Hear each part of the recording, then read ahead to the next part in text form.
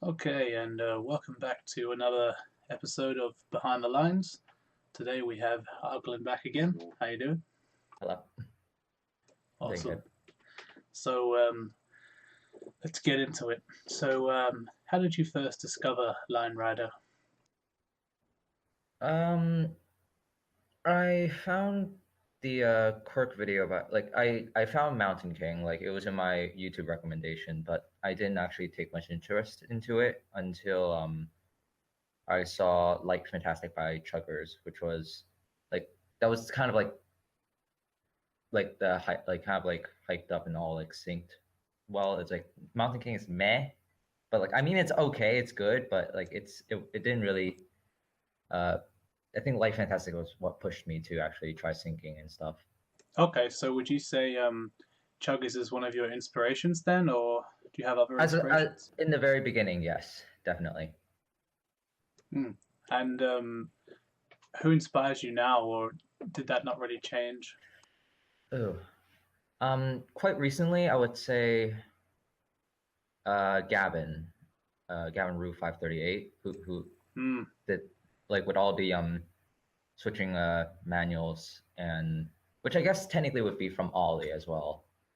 So Yeah, like that's Gavin's produced some really great and interesting stuff lately. That's for sure. yeah, definitely. So, when it comes to making a track, what would you say your method was? How do you go about a track? Mm, it really depends on what type of track it is. Like if it's a scene track, usually obviously it's kind of like don't take it too far. Uh, if it's like purely if it's like purely just like quirk based, then I would probably use singularity cannons whenever it's just like any form of downbeat, and it's been like that since I've kind of like discovered how to create one Yeah, like you've made the singularity cannon kind of like your what's the word? Like icon or yeah, or like your signature almost. Like you definitely love those. yeah.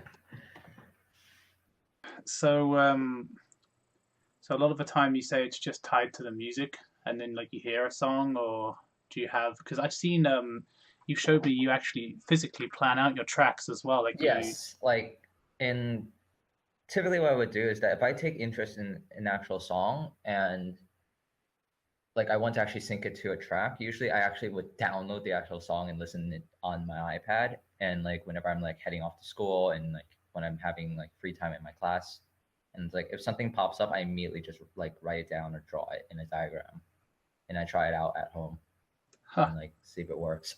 Yeah, that's admirable. I mean, I don't know. I think I've spoken to some people that do that, but like I don't know. I just kind of have a rough idea in my head, I guess, and then I just kind of just fleshes out when I make it. Like, but Like, so just like kind of wing it sometimes. yeah, a little bit. Like I should. I feel like I should probably plan things a little more sometimes. But um, but yeah, it's interesting to see how people have different approaches. Um, yeah. How much intentionality would you say there is behind the tracks that you make? Um, Sorry, repeat the question. How much intentionality? Like, do you have like a message with most of the tracks you're making? Is it like theme based, or is it more just based on the music? It switches between like different types of tracks that I'm doing. Like for like when birds fly and peaceful nights, it's kind of like it does kind of like convey like something like nostalgic or something like that. But in general, not there isn't much to that is in an actual song. I just usually just sync it because like I just want to. Yeah, like that's pretty much my motivation for most of my tracks. I mean, sometimes I guess like if the music has a theme, I'll try to convey that. Yeah, But if it's intense, then like to like try to make the track a yeah, lot more intense. yeah, exactly. So yeah, how do you feel about track making today? Because you're quite new, I guess, as am I. But Yeah. in what you've seen of tracks and what you know of the history of tracks, how do you feel about track making today and generally? Um, I mean, because everybody has like different styles, it's like it's interesting actually, like to see like the diversity of like track making. It's like if it's like only one type of style, then I guess like I wouldn't mind that. Like it would be interesting, but like because it's the variety of different people making different tracks and it's always unique whenever a release comes out, it's always kind of like enjoyable. It usually like doesn't get that old. Okay, yeah. And I guess we've kind of gone over this before, but what would you say like drives you to make the tracks that you make? Is it just like the song, like the passion you have? It's just obsession. I think it's just like because I like so far like for most of the songs because I enjoy them a lot, I would actually like I would typically try to sync a song to it because sync a track to the actual song. So like that's usually the main reason. I mean, of course, there's going to be exceptions, but like for example, like well distempered singularity, I actually just edited the code and I was like, I want to see if I can actually make a track out of it. So I actually found the song afterwards, like which was kind of in the genre of like lo-fi. Yeah, and I guess sometimes you can just find tracks that or songs that just fit with the track. I think when Lucking and Sheldon were working on Assault, I think Lucking said that he made the first 6 seconds of that track without any music, and he just found a song that seemed to fit the vibe, and then there you go, and it just evolves from there. And then it just continued on after. So it's similar, so kind of like for me, like in the for when birds fly, it was kind of like that in the first like 12-ish seconds. It was like kind of synced, so I was like, I went with it. Yeah. So would you say you have like a specific code or like a way of thinking when it comes to line rider? Like I guess if I can use the term, do you have like a line rider philosophy as such? Mm, not really, aside from just cannons. Just like it there's a downbeat, just add a cannon, done. It's like that's pretty much the entire. That's Yeah, my entire like most of my tracks are pretty much like that. yeah, fair enough. And yeah, it's a question I don't think I've asked before. How much do you put into a track, like time wise, and also like maybe emotionally? Um, okay, this is so it again. It depends, but uh, in general, like I when I first started like playing Limewire, I didn't put too much energy into it. But once I actually started wanting to create tracks and having like the like when I see things and like I got challenged sometimes, it's like I want to actually see if I can actually try it and see if I can actually complete it. Mm, And sometimes it's so that's one motivation that I have. Other times it's just like it's an old track. I want to, and I want to finish it, and just like it's there, and I don't want to just leave it in the dust, which I've been starting to do recently with Ludicrous Speed, Mayday, like tracks like that. I'm currently working on Rain Dance, which has been like one of the very first tracks I've created, and I have not finished it. So I started working on it today. nice, yeah, yeah. Sometimes it's strange, but like if you're feeling like a particular emotion when you make a track, it can kind of be conveyed. And sometimes you can come up with some pretty interesting stuff. Yes. Yeah. So, where do you see Line Rider going? Um, like I'm not exactly sure what you're referring to. Like, So, let's say we've seen the growth that we've seen in the last, I mean, in the advent or in the wake of tracks such as Mountain King and This oh, Will okay. Destroy You, with the influx of new people that are joining, like me, Hmm. you, and the way Line Rider seems to be going. Where do you see that going? Do you think Line Rider will actually become mainstream or gain like significant popularity, or do you think it will just kind of always just be this kind of like little niche thing that only a handful of people really do? Hmm.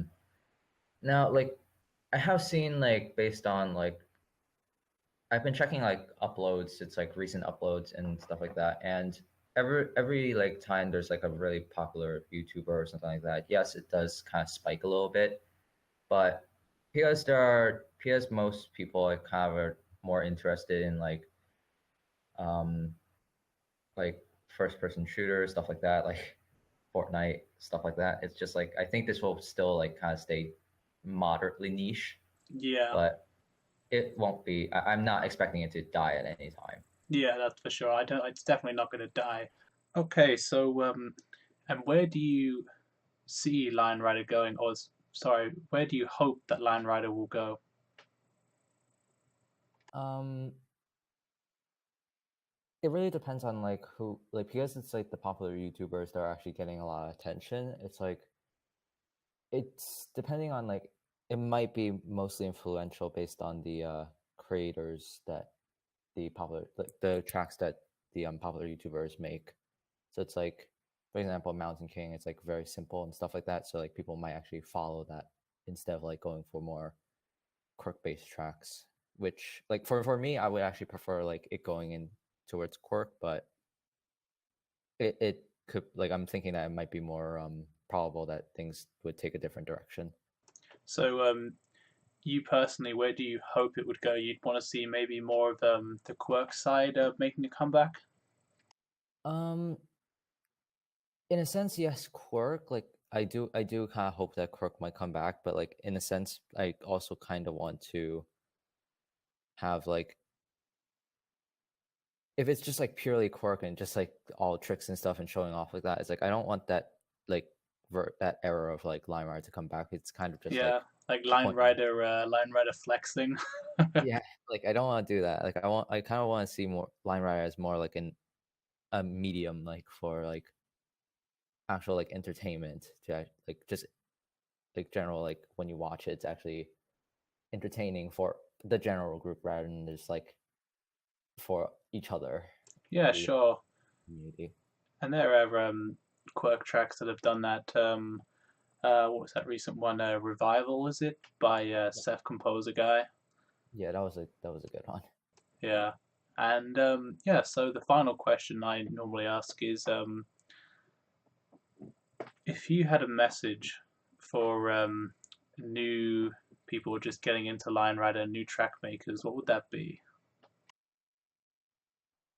If it depends on your persistence, and if you're willing to be very persistent on certain things, then go for it, really. Like, but if you like don't be like, oh, like I don't I want to like I want to do something because like somebody else is doing it, and I want to like follow them. Like I'm not saying don't like always do that, but if you want to like if you're going to harm yourself in the process, then don't try that. Like if you don't have like as much time as somebody, try something else. Like try something more simple, like Mountain King, for example. Like